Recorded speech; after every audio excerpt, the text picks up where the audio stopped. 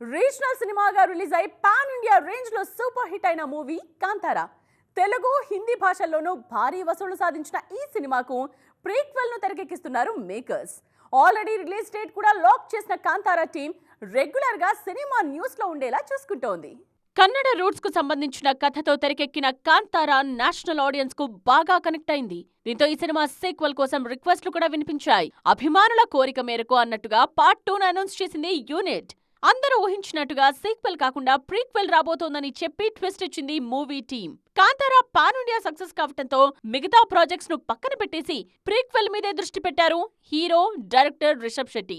Already part 2 కి సంబంధించి major part shooting కూడా పూర్తయింది. పోస్ట్ ప్రొడక్షన్ విషయంలోనూ క్లారిటీ రావడంతో వచ్చే ఏడాది అక్టోబర్ 2న సినిమా రిలీజ్ చేస్తామంటూ అఫీషియల్ అనౌన్స్మెంట్ ఇచ్చింది యూనిట్.